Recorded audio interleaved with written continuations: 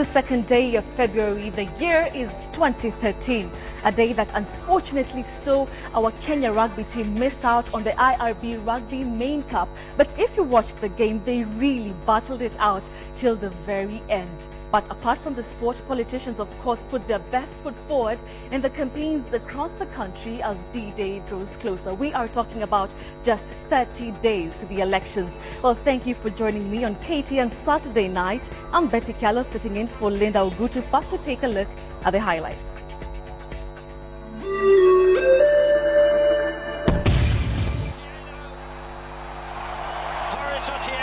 Comes right back for Kenya. Within a whisker, gallant Kenya miss out on IRB Main Cup. The 6 transmitter stations that have now been shut off air were located in Narok, Nakuru. Cracking the whip, royal media transmitters shut down. 30 days to go, presidential candidates intensify campaigns. Surgery redefined, the story of traditional neurosurgeons.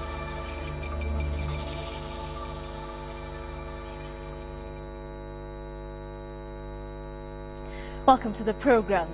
It was a final dramatic act that denied Kenya her first ever IRB Rugby Main Cup as England overcame Kenya 24-19 in extra time to win the 2013 Heart Sevens in Wellington. A sudden death extra time try from Sam Edgley propelled England past their fearless rivals in an epic finale played out in front of a capacity crowd at the West Park Stadium. Early tries from Dan Norton and Christian Lewis Pratt put England in control, but back came Kenya with scores from Horace Otieno, Oscar Ouma and Willie Ambaka, putting them ahead at halftime. England rallied after the break but were repeatedly denied by a stubborn Kenya side determined to claim their first ever cup title. England were also forced to work hard in defense, with Marcus Watson producing a superb try, saving tackle on Collins Injera to keep the game alive. However, the scene beating of Ouma and Andrew Monde opened the door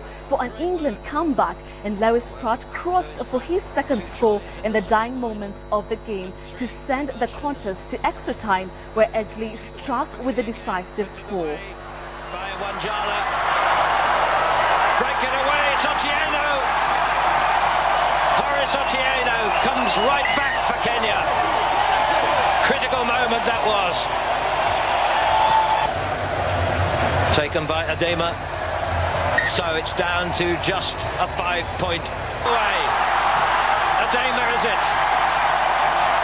Uma has gone away, and that's going to level it. What a contest this is. Oscar, the 25-year-old. Real experience. Oh, it stays level at 12-all. Ambaka's got away. He's going to go behind the post. William Ambaka, he's been absolutely outstanding. So much better. And Kenya leads 17-12 to 19-12 on the half-time whistle. Yards. Sam Edgley here, what a finale. Now they're Dan Norton, Marcus Watson. Still Kenya bring them down, but it's a try, and it's scored by Sam Edgley for England. In extra time, what a heartbreak for Kenya in history. And there is Rob Vickerman unable to play today, but there he is, the team manager, not team managing captain, held up with Tom Powell.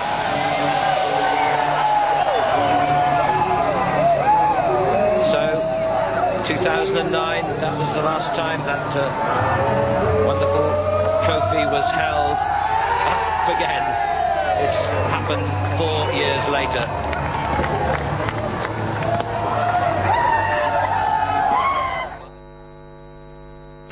Well, they won, but we still know for sure our team Kenya did a fantastic job. Let's now move on. The Communications Commission of Kenya, CCK, has shut down 6 broadcast transmitters operated by the Royal Media Services. CCK's Director General Francis Wangusi says the 6 transmitter stations are part of the 17 radio frequencies that have not been licensed by CCK. But in a quick rejoinder, the CEO of the Royal Media Group, Washira Waruru, says he is greatly surprised by the CCK move, which he describes as drastic and draconian. And as KTN's Patrick Amimo reports, Royal Media Services will be challenging the decision in court on Monday. The Communication Commission of Kenya says the transmitters are located in non-designated broadcasting sites, thus causing harmful interferences to other critical services. CCK says the use of unauthorized frequencies could be a threat to national security and the aviation industry. CCK also claims the transmitters were causing interferences in neighboring countries. We have been trying to find a dialogue with the said broadcaster to be able to ensure that this is resolved amicably. Instead, anytime we called him and we wrote to him, he rushed to courts to injunct us from the threatening actions we wanted to undertake. Split decisions are required in the cockpit to ensure that hazards don't happen. And just because somebody has interfered, you could find that an aircraft is crashing into your house. In a statement sent to newsrooms, the Chief Executive Officer of Royal Media Group said he was greatly surprised by what he described as drastic and draconian action taken by the Communications Commission of Kenya, saying the matters were in court. Waruru says he'll petition the court on Monday. In fact, this is the only frequencies that he did not take us to court to injunct us after giving him a 30-day notice. In May 2004, Royal Media Group was embroiled in a frequency tussle war with the Commission after it was accused of erecting transmitters in unauthorized locations. Indeed, the Commission shut down its transmitters in Limuru before its engineers hurriedly reinstalled them. We are not relenting, neither are we going to be cowed down into giving back those transmitters that we have confiscated in our exercise. CCK says it had issued a 30 days notice to RMS in December to cease operating the unauthorized frequencies. The Commission was at pains to explain why it is taking the action now and whether politics was at play. It has totally nothing to do with what is happening today. We are not shutting down Royal Media Services. In 2006, we regularized what he acquired illegally, 77 frequencies. That one is just more than any commercial broadcaster in the country has. Well, just days after announcing changes in the police service structures and new appointments, the National Police Service has today suspended the said changes until after the general elections. In a statement sent to newsrooms, the Commission says the new ranks and appointments had created confusion in the police force and demoralized officers. On Thursday, the Commission had announced the scrapping of 5 senior police ranks in both regular and administration police in line with the new laws. The new ranks are Inspector General of Police, 2 deputies for both services, Assistant Inspector General, SSP, SP, Assistant SP, Chief Inspector, Inspector Senior Sergeant, Sergeant Corporal and Constable. The National Police Service Act 2011 had proposed the abolition of the previous ranks. The Thursday announcement also included the creation of county police commanders positions who were to be named before the general elections.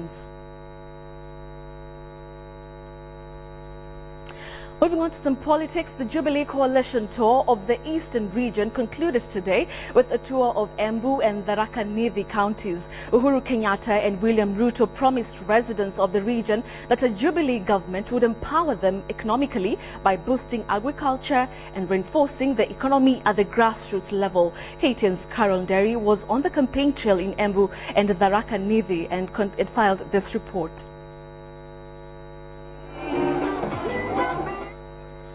The final day of the tour of the Eastern region by the Jubilee Coalition took the team to Embu County in Gashoka and Siakago areas before proceeding to Chuka and Chogoria in Tharaka Nithi counties.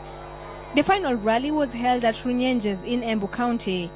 katika uchaguzi wa 2007 chuka hii ilipatia Mheshimiwa Kibaki kura nyingi kuliko constituency nyingine yoyote. Nataka nimshukuru Mheshimiwa Mwai Kibaki kwa sababu kazi alifanya. Kuna kwenda ganja. Si kazi alifanya. Na mimi naamini ya kwamba kazi hiyo ingekuwa mara 20 kama ni kusumbuliwa na watu wengine wale ambao wamechagua. While echoing their earlier sentiments, Uhuru Kenyatta and his running mate William Ruto were emphatic that their policies would propel the country economically. Tunataka uchumi wa Kenya uzalishwe mashinani katika kila kona ya jamhuri yetu ya Kenya. The two were confident of garnering majority votes in the coming elections. Mheshimiwa Nyaga na Charity Ngilu, yule mwingine alikuwa Mheshimiwa Ruto, yule mwingine alikuwa Balala na alikuwa Musalia Mudavadi. Tulikuwa wasita pamoja na yule. Wote watano tumetoka huko tukamuacha. Watu walikuwa 6, watano wametoka, alafu utaambiwa yule mmoja atashinda. Hata kama ni muganga, atatumia uganga gani mtu mmoja ashinde? Other leaders allied to Jubilee coalition were optimistic of a win. Mheshimiwa Uhuru Kenyatta akaondoa ushuru kwa mapikipiki na kwa bodaboda zote Kenya mzima. Serikali ya Uhuru na Bwana Ruto itashughulikia maslahi ya mtu mdogo, mama hasla, kijana hasla, msichana hasla na wazee hasla, watashughulikiwa na serikali ya Bwana Uhuru. CCK's move to close airwaves and frequencies whose licenses have not been paid for found its way in today's rallies. We want the Ministry of Information to desist from interfering with any media house. Hatutaki kusikia ya kwamba kuna mtu anasumbuliwa ati ndio kwa tuna excuse, hakuna. We want the press to be free to cover, to report and to give a factual, that's the only thing we bring, position of what is happening in the country. And while concluding their Eastern Region tour, preparations for the launch of the Jubilee Manifesto were underway at Moi International Sports Center in Kasarani. A day before the Jubilee Coalition launches its manifesto officially, the stakeholders have winded up their 3-day tour of the Eastern Region, where they've expressed confidence and optimism that they will form the next government. Carol Derry for KTN in Chuka, Tharaka Nithi County. Well, as campaigns intensify with just 30 days to the general elections, the National Environment Management Authority, NEMA, is warning political parties to adhere to the noise and excessive vibration pollution control regulations or face prosecution. While speaking in Eldoret, NEMA Director General Geoffrey Wahungu said that all political parties must ensure that the noise emanating from their rallies and events do not exceed the permitted decibel levels.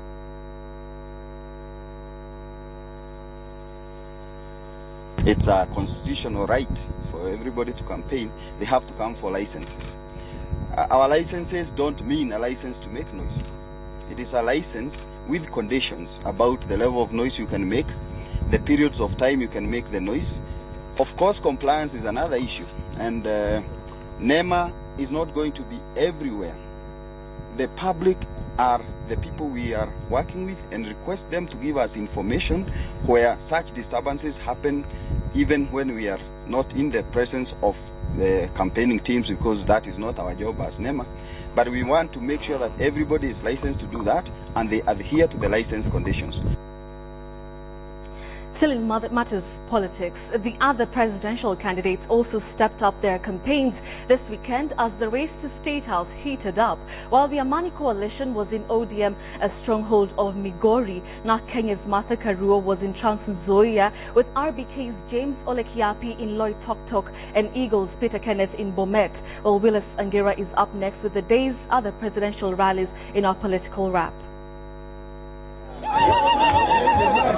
Now Kenya presidential aspirant Martha Karua took her vote-hunting mission to Trans Nzoia County today, where she cautioned Kenyans against voting for politicians who are fronting themselves as reformists without any evidence of spearheading reforms in their current capacities. Kujipigia kura ni kupigia yule uko na imani atakufanyia kazi. Yule anatimiza mawazo matatu. Ya kwanza, mtu ako na ujuzi kwa ile kazi anaomba. Ya pili, mtu ako na utu ndani yake. Mtu atajali maslahi yako na sio kwenda kubinafsisha kila kitu. Ya tatu na ya mwisho, mtu ambaye uko na imani naye. In Bomet, the Eagle Alliance were in town to drum up support for their alliance. Presidential candidate Peter Kenneth dismissed voting along tribal lines, adding that it is time to vote leaders with a proven track record. Ule anakuambia upige kura kwa ukabila, anakuambia wewe hauna akili, huwezi tumia ubongo wako, anafikiria wewe iko ndani ya sanduku. Elsewhere in Loitokitok, the Restore and Build Kenya flag bearer James Ole Kiapi was also popularizing his presidential bid, accompanied by his running mate Winnie Kaburu. The two cautioned voters against falling prey to lies from politicians and to steer clear of tribalism. Na huwezi kukataa siasa mbaya na siasa mnapika juu. Watu wanakuja wanalipa nyinyi pesa kidogo kidogo, alafu mnarudisha hawa ndani. The Amani coalition was trying to eat into ODM's Nyanza vote as its presidential candidate Musalia Mudavadi led his troops to Migori County, where he pushed the coalition's agenda. Nataka nafasi munipatie nguvu, nichukue maji baridi yenye barafu nimwagie wa Jubilee, nichukue maji baridi yenye barafu nimwagie wa CORD, temperature yao iende chini, tushikane, wawache uhasama, tuendeshe Kenya tukienda mbele.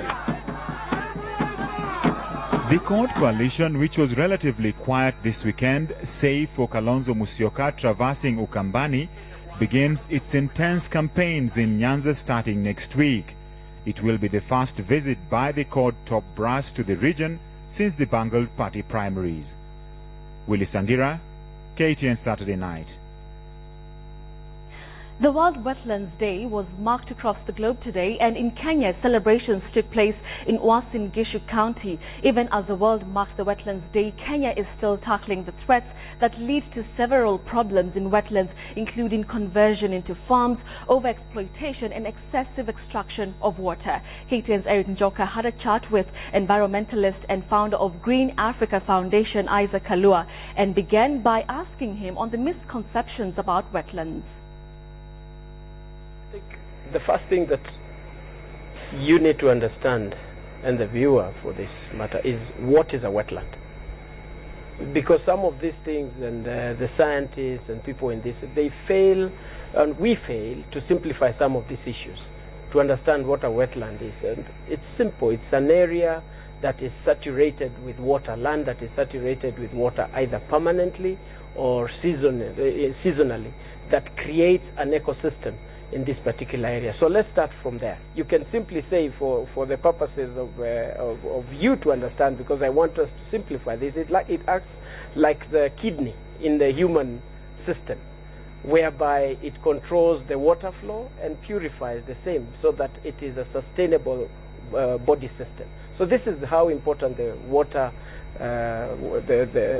these areas, wetlands are.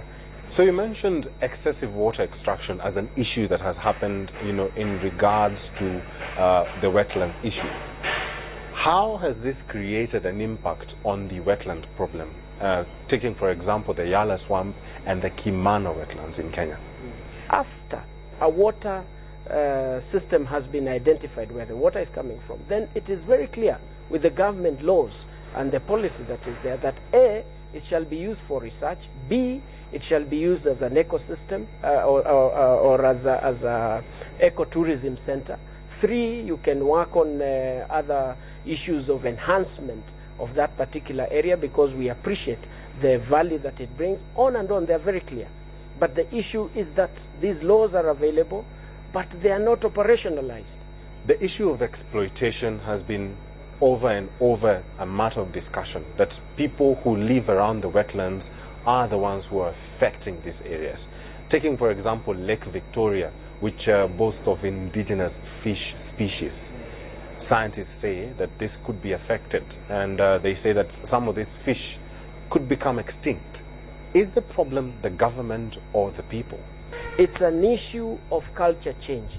It's an issue for appreciation of what we are doing for the environment that must be able to be done. And we must appreciate the pressure that there is, so that information is passed to as many people as possible continuously to understand the dangers of having settlements in wetlands, the situation that comes with overgrazing, the situation that comes with agriculture that is beyond what can be manageable, so that the community understand, and then balance. It's a real equilibrium of letting people to understand. Will I look for Isaac Kalua next year on the 2nd of February to discuss about wetlands, the same issues, the same outstanding problems that before wetlands in the country? Will I be looking for you, or there is something that needs to be done for it to be sustainable in the coming generations? When the law is in place and a government that is following the rule of law, it's very easy. Because if you are dealing with what is not supposed to be done, if an environmental impact assessment has not been done in the manner that it is expected and guided, and that there is no management of the systems that has been agreed by all parties in that area, then you should face the law. It's simple. If for instance, we brought down houses because of allowing a road, which is very important, what breaks it to stop the introduction of putting down houses because of allowing a wetland area, or houses that have been brought up in wetlands areas, or where we are definitely interfering with nature? These are some of the things that we must wake up and deal with without blinking of an eye, and let people understand. People living in Mau areas, they need to be shown the advantages, and not just to be shown, they need to feel them. Thank you very much. Thank you very much, Njoka, for that discussion. You are watching KTN Saturday Night, and just ahead,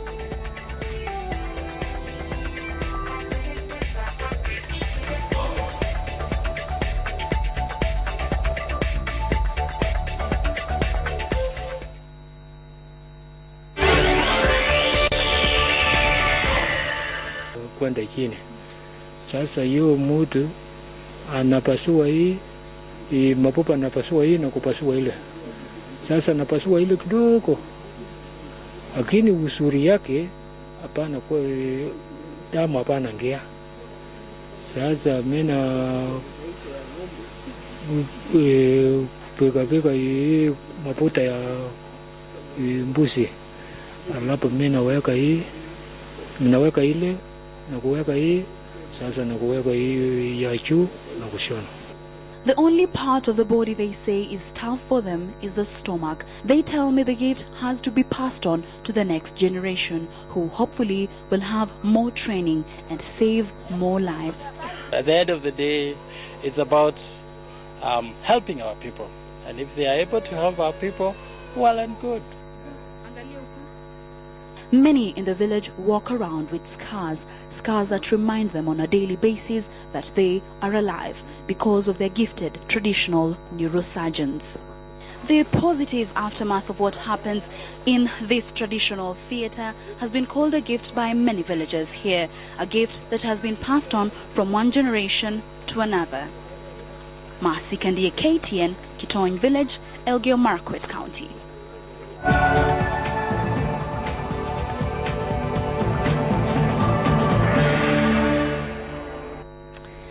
Masi, you are such a brave girl, but thank you so much for that eye-opening story. Probably Dr. Kichwa should get satisfied and be listed as neurosurgeon number 14. Thank you so much for that brilliant story. Well, we now take a short